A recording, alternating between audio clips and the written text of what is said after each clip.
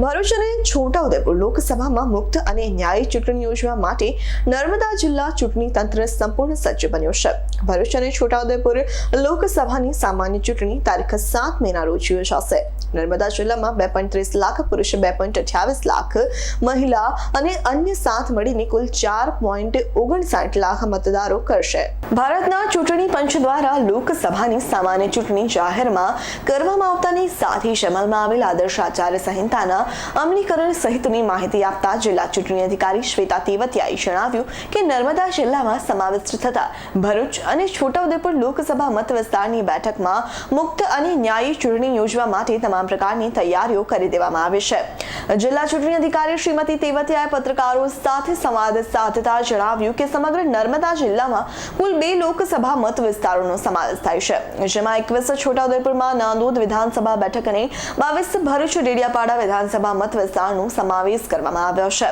સમગ્ર નર્મદા જિલ્લાના મતદારોની સંખ્યાની અદ્યતન વિગતો આપતા તેમણે જણાવ્યું કે જિલ્લામાં 2.30 લાખ પુરુષ, 2.28 લાખ મહિલા અને સાથ મળીને કુલ 4.59 લાખ મતદારો છે। જિલ્લામાં સંવેદનશીલ 133 મતદાન મથકો નિયત કરી વેબકાસ્ટિંગ કરવામાં આવશે। તમામ વિધાનસભા મત વિસ્તાર દીઠ 7 સખી, 1 યુવા, 1 દિવ્યાંગ, 1 મોડલ મળીને કુલ 18 વિશેષ મતદાન મથકોનું નિર્માણ કરવામાં આવશે। પૂરતી સુરક્ષા વ્યવસ્થા સાથે મતદાન પ્રક્રિયા હાથ ધરવામાં આવશે।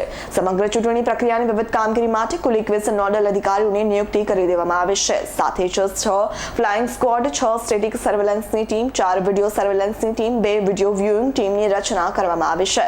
અંદાજે 5500 જેટલા મતદાનનો સ્ટાફ, 4600 જેટલો પોલીસ સ્ટાફ ફરજમાં જોડાશે। મતદાન માટે કુલ 921 બેલેટ યુનિટ, 851 કંટ્રોલ રૂમ અને 913 વીવીપેટનો ઉપયોગ થશે। દિવ્યાંગ મતદારો અને 85 વર્ષથી ઉપરના મતદારો માટે હોમ વોટિંગ ઉપરાંત મતદાન મથક ખાતે શક્ય હોય ત્યાં વ્હીલચેર, સ્વયંસેવક તેમજ બેસવાની વ્યવસ્થા કરવામાં આવશે।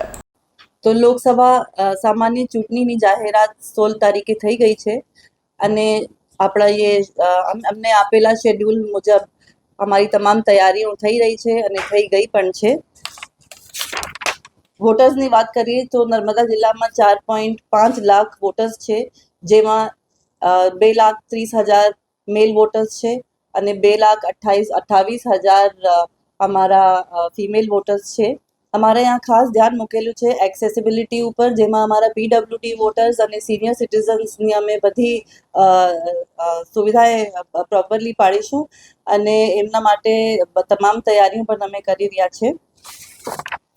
આપણે આ એકદમ સરસ મેનપાવર ડિપ્લોયમેન્ટ પણ થઈ ગયું છે અને પોસ્ટલ બેલેટ મારફતે અમારા જે ડ્યુટી ઉપર સ્ટાફ રહેશે એમને એ મતદાન કરશે। સ્પેશિયલ પોલિંગ સ્ટેશન્સ પણ બનાવવામાં આવશે, જેમાં સખી પોલિંગ સ્ટેશન રહેશે, મોડલ પોલિંગ સ્ટેશન રહેશે અને પીડબ્લ્યુડીઝ પોલિંગ સ્ટેશન્સ રહેશે। ઈવીએમ્સ અને વીવીપેટ્સની પણ અમારી તમામ તૈયારીઓ થઈ ગઈ છે। બધા નોડલ ઓફિસર્સ પણ રેડી છે અને આ લોકોની કામગીરી પણ ચાલુ થઈ ગઈ છે। વોટર અવેરનેસ માટે પણ અમે ક્યારથી તૈયારીઓ કરી રહ્યા છીએ અને ઇનફેક્ટ આજે પ્રેસ કોન્ફરન્સ મારફતે હું બધાને અપીલ કરું છું કે મોટી સંખ્યામાં આગળ આવીને ઇલેક્શનને સક્સેસફુલ બનાવે અને ખૂબ વોટ કરે।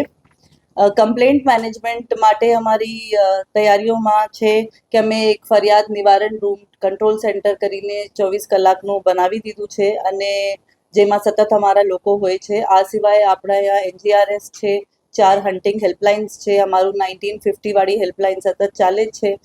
આ સિવાય સી વિજિલ ઉપર પણ અમે સતત ધ્યાન રાખી રહ્યા છે। તો આ બધી બાબતો જોઈએ તો અમારા અહીંયા અમારા જિલ્લામાં 2 MP કોન્સ્ટિટ્યુએન્સીઝ લાગે છે,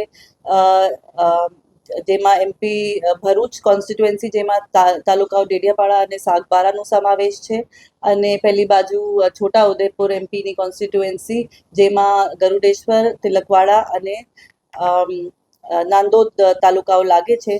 તો બધી જગ્યા અમારી તૈયારીઓ પૂરી થઈ ગઈ છે અને અમે આશા કરીએ છીએ કે એકદમ સફળ અમે ઇલેક્શન કરાવીશું એન્ડ સૌથી વધારે મતદાન અમારા જિલ્લામાં થશે। દીપક શક્તાપનો રિપોર્ટ, S9 ન્યૂઝ, રાજપીપળા। અમારી તમામ માહિતીથી અપડેટ રહેવા માટે જોડાયેલા રહો S9 ન્યૂઝ સાથે।